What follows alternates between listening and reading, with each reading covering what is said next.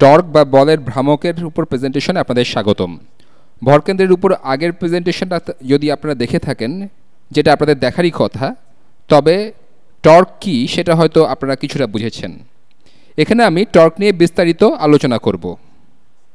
ভরকেন্দ্রের ভিডিওতে আমরা শিখেছিলাম এটা যদি একটা রুলার হয় বা যাকে আমরা স্কেল বলি সেটা হয়, এবং তার ভরকেন্দ্র যদি এটা হয়, আর আমি যদি রুলারটার ভরকেন্দ্র বরাবর বল প্রয়োগ করি, তবে আমি সম্পূর্ণ রুলারটাকে নিজ অবস্থান থেকে প্রযুক্ত বলের দিকে সরিয়ে ফেলতে পারবো বা প্রযুক্ত বলের দিকে ত্বরান্বিত করতে পারবো।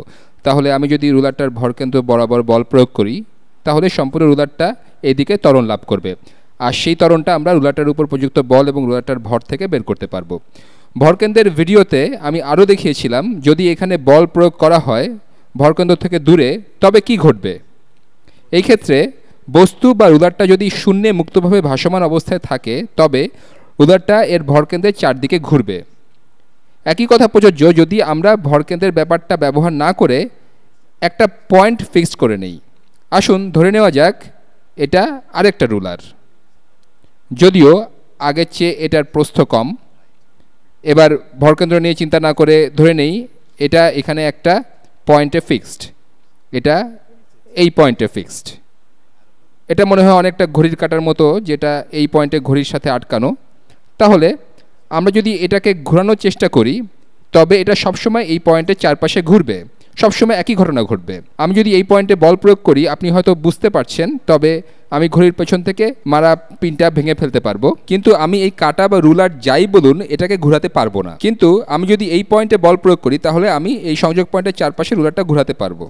এই বল যেটা সেন্ট্রাল পয়েন্ট বা বলতে পারেন ঘূর্ণন অক্ষ বা ভরকেন্দ্র থেকে দূরে প্রযুক্ত হয়, সেটাকে টর্ক বলা হয়। টর্ককে প্রকাশ করা হয় গ্রিক লেটার টাও দিয়ে। এটা অনেকটা বাঁকা টি এর মতো। টর্ককে সংজ্ঞায়িত করা হয় বল গুণ দূরত্ব দ্বারা। এখন এটা কোন বল বা কোন দূরত্ব? এটা সেই বল যেটা বস্তুর উপর বা বলা যায় দূরত্ব ভেক্টরের উপর লম্বভাবে কাজ করে। এটা যদি ডিস্টেন্স ভেক্টর হয়, আমি ভিন্ন রং ব্যবহার করছি, এটা যদি ডিস্টেন্স ভেক্টর হয়, তাহলে বল বা বলের উপাংশ এই ডিস্টেন্স ভেক্টরের উপর লম্ব হবে, এবং এটাই টর্ক। তাহলে এর একক কি হচ্ছে? বল বা ফোর্স হলো নিউটন আর ডিস্টেন্স হলো মিটার। তাহলে এর একক হলো নিউটন মিটার। আপনি বলতে পারেন নিউটন গুণ মিটার, ফোর্স গুণ ডিস্টেন্স, এটাকে তো ওয়ার্ক বা কাজের মতো লাগছে, কিন্তু এটা বোঝা গুরুত্বপূর্ণ যে এটা কাজ নয়, এবং এজন্য আমরা এটাকে জুল বলছি না। কাজের ক্ষেত্রে আমরা কি করি? আমরা একটা বস্তুকে ট্রান্সলেট করাই। এটা যদি একটা বস্তু হয় এবং যদি বল প্রয়োগ করি, তাহলে দেখা যাচ্ছে ডিস্টেন্স এবং বলের দিক একই, তাই না? দূরত্ব এবং বল এখানে পরস্পর সমান্তরাল। দূরত্ব ভেক্টর এবং বল ভেক্টর দুটোর দিকই একই। এই অবস্থাকে বলা হয় ট্রান্সলেশন। পুরো অবজেক্টটাই মুভ করবে, কিন্তু কোনো অংশ ঘুরবে না। টর্কের ক্ষেত্রে আমি রং পরিবর্তন করছি। ডিস্টেন্স ভেক্টর যেটা হচ্ছে ফালক্রাম বা সেন্টার পয়েন্ট বা ভরকেন্দ্র হতে বলের প্রয়োগবিন্দু দূরত্ব, সেটা হবে প্রযুক্ত বলের উপর লম্ব। তাহলে টর্ক এবং ওয়ার্ক বা কাজ সম্পূর্ণ আলাদা জিনিস, যদিও তাদের একক একই। আমরা কিছুটা নোটেশনের দিকে যাচ্ছি। এই ডিস্টেন্সকে প্রায়ই বলা হয় মোমেন্ট আর্ম ডিস্টেন্স।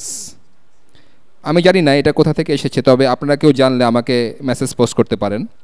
প্রায়ই কোনো ফিজিক্স ক্লাসে টর্ককে মোমেন্ট বলা হয়, তবে আমরা টর্ক শব্দটাই ব্যবহার করব, এবং এটাই মজার, কারণ তখন আমরা গাড়ির টর্ক, হর্স পাওয়ার ইত্যাদি ধারণাগুলো বুঝতে পারবো। আসুন এবার কিছু অঙ্ক করা যাক, যেটা আপনাদের ভালো ধারণা দিবে। ধরে নেই আমার এই রুলারটা আছে, ধরি এইখানে হচ্ছে তার পিভট পয়েন্ট বা সেন্টার। এই পয়েন্টের চারপাশে রুলারটা ঘুরতে পারে এবং এটা দেয়ালে বা অন্য কোথাও আটকানো আছে। ধরি আমি একটা বল প্রয়োগ করব, ধরি মোমেন্ট আর্ম ডিস্টেন্স ভিন্ন রং ব্যবহার করছি, ধরি এই ডিস্টেন্স হলো 10 মিটার, 10 মিটার, এবং আমি 5 নিউটন বল প্রয়োগ করছি ডিস্টেন্স ভেক্টরের লম্ব দিকে। 5 নিউটন বল প্রয়োগ করছি মোমেন্ট আর্মের দিকে, লম্ব দিকে। এক্ষেত্রে টর্ক বের করা খুবই সহজ। টর্ক সমান বল 5 নিউটন গুণ দূরত্ব 10 মিটার, তাহলে 50 নিউটন মিটার। এখন আমি কিভাবে বুঝবো এই টর্ক পজিটিভ নাকি নেগেটিভ? পদার্থবিজ্ঞানের একটা সাধারণ নীতি, এবং এটা জেনে রাখা ভালো যে যদি আপনি ক্লকওয়াইজ বা ঘড়ির কাঁটার দিকে ঘুরান তবে টর্ক নেগেটিভ। অন্যদিকে আপনি যদি কাউন্টার ক্লকওয়াইজ বা ঘড়ির কাঁটার যেদিকে ঘোরে তার উল্টো দিকে ঘোরান, যেমন এই উদাহরণে, তবে টর্ক হবে পজিটিভ। আর আগেই বলেছি আপনি যদি ঘড়ির কাঁটার ঘূর্ণনের দিকে ঘোরান তবে টর্ক হবে নেগেটিভ। তাহলে ক্লকওয়াইজ হচ্ছে নেগেটিভ। আমি পুরো পদার্থবিজ্ঞানে ক্রস প্রোডাক্ট বা লিনিয়ার অ্যালজেব্রার দিকে যাচ্ছি না, এবং সেটা কিছুটা আপনাদের স্কোপের বাইরে। আমরা সেটা দেখব যখন আমরা আরও গণিত সমৃদ্ধ পদার্থবিজ্ঞান করব। তাহলে এখানে টর্ক হলো 50 নিউটন মিটার, এবং পুরো টর্ক এই বস্তুটার উপর কাজ করে বস্তুটাকে এই দিকে ঘোরায়। এখানে আমাদের বের করার উপায় নেই এটা কত দ্রুত ঘুরবে। আমরা জানি এটা ঘুরবে, এবং শুধু এটুকুই জানা যায়। এখন আমি যদি বলি বস্তুটা ঘুরছে না, এবং আমার আরেকটা বল আছে যেটা কাজ করছে এখানে কাজ করছে, ধরে নেই সেই বলটা পিভট পয়েন্ট বা সেন্টার থেকে 5 মিটার দূরে বাম দিকে কাজ করছে। 5 মিটার দূরে